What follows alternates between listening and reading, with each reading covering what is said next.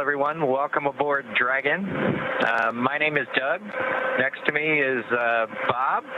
You probably know him. We're so glad to be with you this evening and welcome you on board Dragon.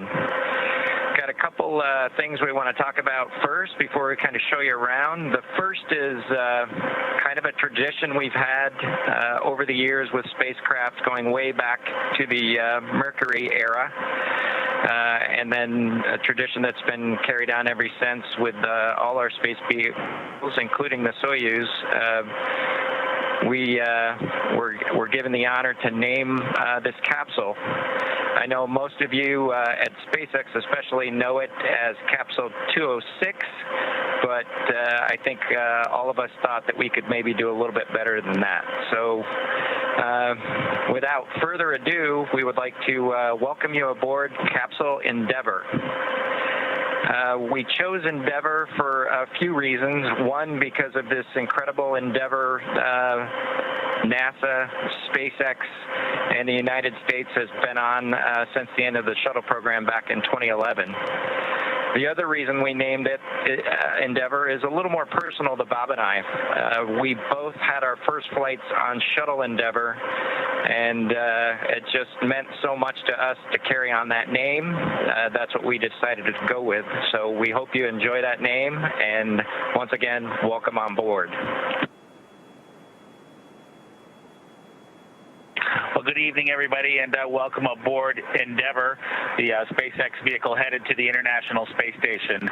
Today, we accomplished the first flight off the Florida coast in quite some time, and Doug and I were really proud to have an opportunity to be a part of that. We're doing it in a brand new spaceship that's a lot different than its namesake Endeavour, the space shuttle, in that it has touch display screens that allow us to accomplish most of the interfacing requirements that we have. We'll have if Doug pans over and points at the display in front of me, you can see the forward view that we had during the maneuvers that we most recently did. You can look out the window. It looks like the centerline camera doesn't have a lot of content on it now. We're kind of pointed into space so that the windows can see the Earth below us. But we've got the capability to interface with the vehicle, and it's kind of interesting. There's a command. This little button over here is actually what the commands are for our displays.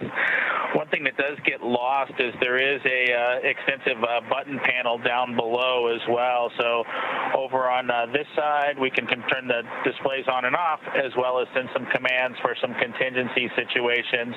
On the other side, we have the ability to deploy chutes and things like that on entry. So we do have some buttons, but the primary interface is these displays. So nice, new, modern cockpit that we've got for our compared to our namesake, the Space Shuttle Endeavour. I'm going to migrate a little bit away from our seats here, and Doug from his seat is going to continue to try to follow me so you can tell what can be seen from the seat that he sits in.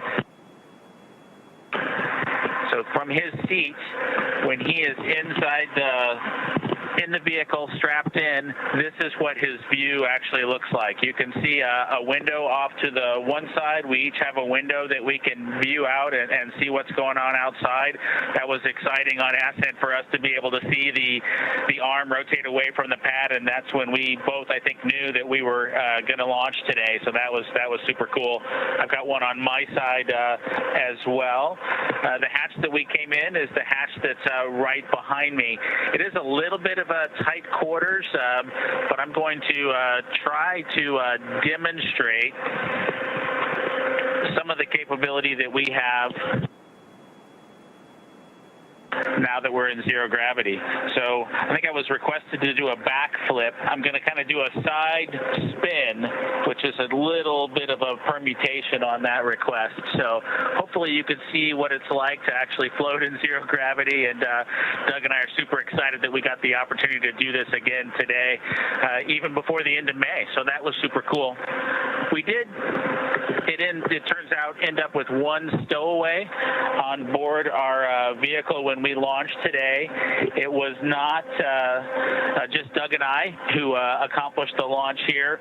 We do have an Apatosaurus aboard. We both have two boys who are super interested in dinosaurs.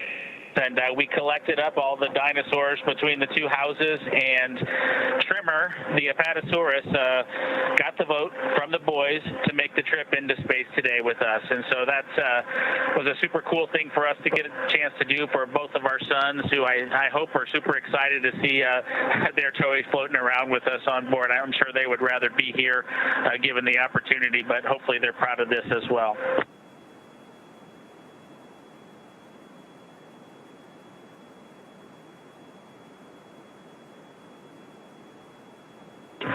Okay, as we work our way towards one of the windows, unfortunately it's getting a little bit dark, but I don't know if Bob can pan over here. We just passed off of the coast of Newfoundland, and we're headed over to over the Atlantic right now. I don't know if you can get a good picture of that.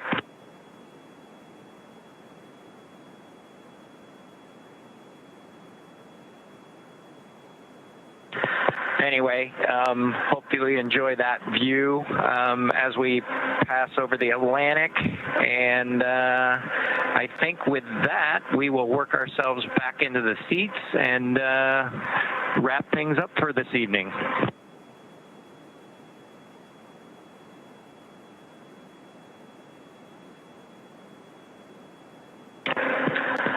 So Doug's there making a nice big smile for the camera.